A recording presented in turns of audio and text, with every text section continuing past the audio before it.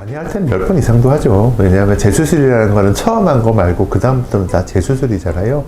그래서 그림 그릴 때 다른 사람이 그려놓은 그림을 나보고 가져와서 다시 그리려면 되게 어려울 거 아니에요.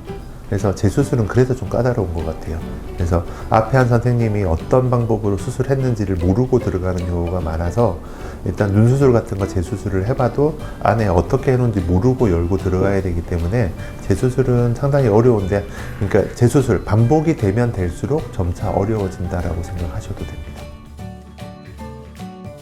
그거는 아니에요. 왜냐면 필요하면 들어가야죠. 그래서 코 같은 데도 많이 하는 분들은 뭐 6번, 7번, 10번 하는 분도 있고요. 눈도 똑같습니다. 그래서 뭔가 문제가 있고 마음에 안 들어서 자꾸 안 좋은 사이클로 돌아가니까 여러 번을 하시는 건데, 한 번 수술해서 영원한 거는 없는 것 같아요. 그래서 좀 이렇게 하는데 그런 것들을 아주 최소화로 해서 살짝살짝 고쳐준다라고 생각하는 게 맞는 것 같습니다. 저도 다시 재수술을 해야 될 경우는 6개월이나 1년 정도 기다렸다가 수술을 하는 이유가, 그 지방도 흉이 잡힙니다. 딱딱해졌다가 풀려야 되기 때문에 뭐 다시 못하는 거는 아니고요.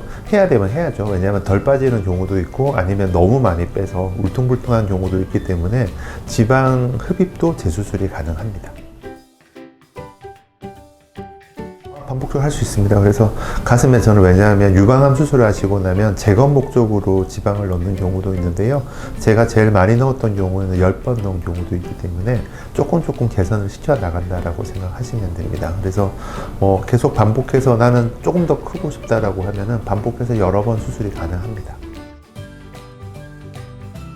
커플 같은 경우에 영원한 거는 없잖아요.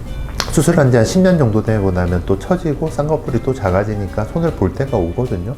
왜냐하면 우리나라는 이제 성형이 꽤 많이 보편화가 돼서 아주 나이가 많지 않을 때부터 수술을 시작하기 때문에 그분들이 30대, 40대가 되고 나면 눈 같은 거를 재수술을 해야 되는 경우도 되게 많습니다. 그래서 필요하다고 하면 최소한으로 해서 수술을 하는 게 맞다고 생각합니다.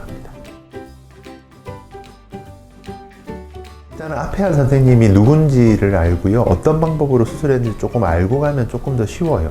그래서 이제 어떤 선생님이 했는지 정도는 알았으면 좋겠고, 어떤 방법으로 하는지 정도를 알면은 더 좋기 때문에 뭐 수술지를 복사해오고 하면 더 좋겠지만 그런 건 좀 어려운 경우도 많은데, 그래서 어느 정도까지 했는지 정도를 본인이 메모해 놓거나 좀 알고 계시면 뒤에서 들어가는 입장에서는 좀 더 안심하고 들어갈 수 있습니다.